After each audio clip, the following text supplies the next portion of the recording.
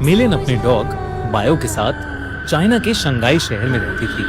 वैसे तो वो चाइना के एक छोटे से गांव से थी, पर अपने फादर की डेथ होने के बाद वो अपनी माँ और बहन के लिए पैसे कमाने शंघाई शिफ्ट हुई थी। मिलिन की पर्सनालिटी बहुत ही स्वीट सी थी और वो एक टॉय शॉप में काम करती थी।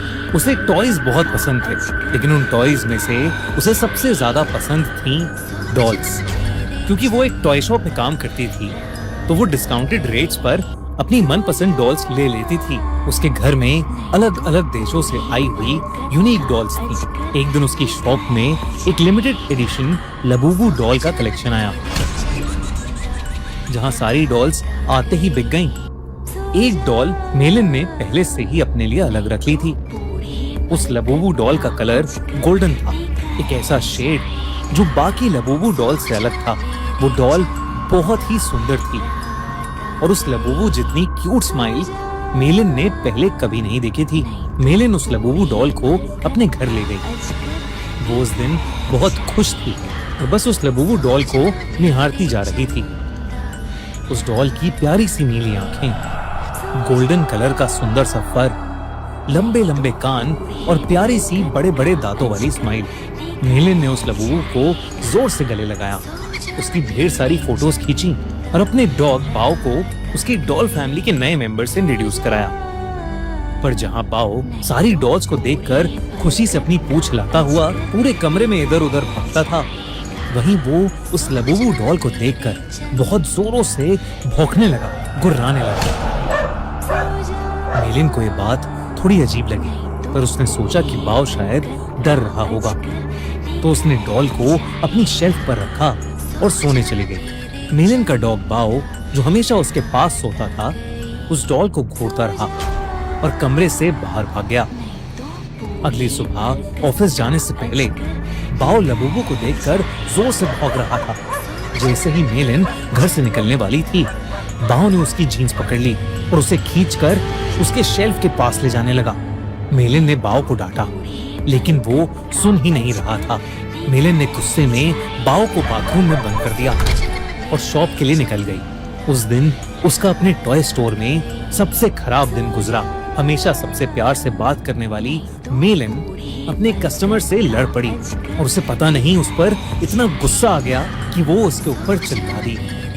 उसके बॉस ने उसी वक्त मेलिन को बहुत डांटा और उसे काम से निकाल दिया। मेलिन को कुछ समझ नहीं आया कि उसे अचानक इतना गुस्सा कैसे आ गया।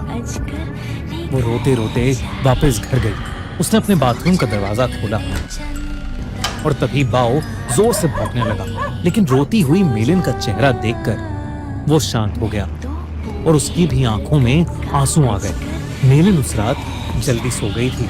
सोते हुए उसे किसी की हंसी सुनाई दी, एक अजीब सी हंसी जो उसने कभी नहीं सुनी थी। तभी उसने देखा कि उसके कमरे के कोने में कोई खड़ा हुआ उसे घूर रहा है। अंधेरे की वजह से वो उसे ठीक से देख नहीं पा रही थी। उसने बिस्तर से उठकर देखा तो वहां कोई नहीं था, बस वहां वो लबूबू डॉल पड़ी थी, जिसे मेलिन ने वापस शेल्फ पर रख दिया और फिर से सोने चली गई। उस रात मेलिन को एक सपना आया जिसमें वो अपने कमरे में थी और वहां एक बहुत ही अजीब सा दिखने वाला जानवर जैसा कुछ था, जिसके बड़े बड़े नुकीले दांत थे, भयानक लंबे और दांतों से भी ज्यादा नुकीले नाखून थे और उसका पूरा शरीर लाल रंग का था। वो जगह जगह से सड़ रहा था। धीरे धीरे वो मेलिन के पास आ गया और उसका गला घोटने के लिए आगे बढ़ा। मेलिन डर के मारे जोर से चिल्लाई, पर वो जानवर उससे ज्यादा जोर से एक भयानक हंसी हंसने लगा और उसने अपने नुकीले पंजों से मेलिन पर अटैक कर दिया। डर के मारे मेलिन की आंख खुल गई, लेकिन तब उसने देखा कि वो लबूबू डॉल उसके ऊपर बैठी है। मेलिन की चीख निकल गई। उसकी चीख सुनकर उसका कुत्ता बाओ भागता हुआ कमरे में आ गया। मेलिन को समझ नहीं आया कि वो लबूबू डॉल जिसे उसने सोते हुए शेल्फ पर रखा था, वो उसके बेड पर कहां से आ गई। उसने ध्यान से उस डॉल को देखा तो वो डॉल अब पहले से ज्यादा हंस रही थी। मेलिन कुछ समझ पाती कि इससे पहले ही मेलिन के डॉग बाओ ने उस डॉल को अपने दांतों से खींचा और उसने उसके चिथड़े चिथड़े कर दिए। मेलिन पसीने से भीगी हुई थी और उसका सर दर्द से फट रहा था, इसलिए उसने बाओ को कुछ नहीं कहा। मेलिन ने उस लबूबू डॉल को डस्टबिन में डाला और बाओ को अपने पास बुलाकर फिर से सोने चली गई। जब वो सुबह उठी तो उसका सर पिछली रात से भी ज्यादा दर्द कर रहा था। साथ ही साथ उसके हाथों पर छोटे छोटे लाल दाने आ गए थे। बाओ भी कमरे में नहीं था। उसने बाओ को आवाज लगाई पर उसको अपनी बात का कोई जवाब नहीं मिला। मेलिन हॉल में गई लेकिन बाओ वहां भी नहीं था। वो पूरा घर ढूंढने लगी लेकिन वो कहीं नहीं मिल रहा था। आखिर में वो अपने बाथरूम में गई। बाओ बाथरूम में भी नहीं था, लेकिन जब उसने अपना चेहरा शीशे में देखा तो उसका पूरा चेहरा उन छोटे छोटे लाल दानों से भर गया था।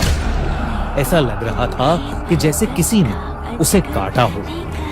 तभी बाथरूम मिरर में उसे दिखा कि उसके कंधे के पीछे कुछ भयानक सा था जो बिल्कुल उस जानवर के जैसा लग रहा था जो उसके सपने में आया था, और वो जोर जोर से हंस रहा था। पर जैसे ही मेलिन मुड़ी, वहाँ कोई जानवर नहीं बल्कि बाथरूम के शेल्फ के ऊपर लबूबू डॉल रखी थी।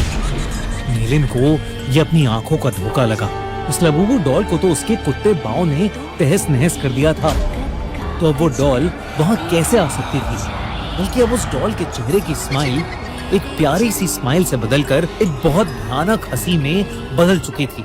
मेलिन अब घबरा गई थी और वो बाओ को आवाज देती हुई घर के बाहर चली गई, लेकिन वो आसपास कहीं नहीं मिल रहा था। जब वो वापस घर में घुसी तो उसके होश उड़ गए। वो लबूबू डॉल अब किचन के सिंक के पास पहुंच गई थी। उस डॉल के हाथ और दांत लाल पड़े थे। जब मेलिन ने सिंक के नीचे देखा तो उसके रोंगटे खड़े हो गए। वहां उसके डॉग बाओ की बॉडी पड़ी थी और उसमें से खून बह रहा था। ऐसा लग रहा था कि जैसे उसको किसी ने बुरी तरह नोच खाया है। बाओ मर चुका था और ये देखकर मेलिन की हालत खराब हो रही थी। उसे समझ आ गया था कि ये लबूबू डॉल कोई आम डॉल नहीं है। उसने इंटरनेट पर लबूबू डॉल से जुड़ी इंफॉर्मेशन सर्च करनी शुरू कर दी। इंटरनेट पर उसने न्यूज़ पढ़ी तो कई लोगों को उनकी लबूबू डॉल्स हॉन्ट कर रही थी। पूरी दुनिया भर में लबूबू डॉल्स के हॉन्टेड होने के ऐसे कई केसेस सामने आ चुके थे। लबूबू डॉल लोगों को बाइट कर रही थी और उनके साथ बुरी बुरी चीजें घट रही थी, जैसे उनकी जॉब चले जाना, उनका बीमार हो जाना या उनके किसी करीबी की मौत। ये सब न्यूज़ पढ़कर मेलिन और ज्यादा डर गई थी। उसे समझ आ गया था कि उसकी लबूबू डॉल हॉन्टेड है। उसने देरी न करते हुए डॉल में आग लगा दी और उसकी राख को एक जार में डालकर पास की नदी में बहा दिया। उस रात ये सारा किस्सा उसने अपनी छोटी बहन को फोन पर बताया। मेलिन को लगा कि शायद अब उस लबूबू डॉल से उसे छुटकारा मिल गया है, लेकिन अगली सुबह मेलिन के घर से उसकी डेड बॉडी मिली और उसकी बॉडी के पास वही लबूबू डॉल पड़ी थी।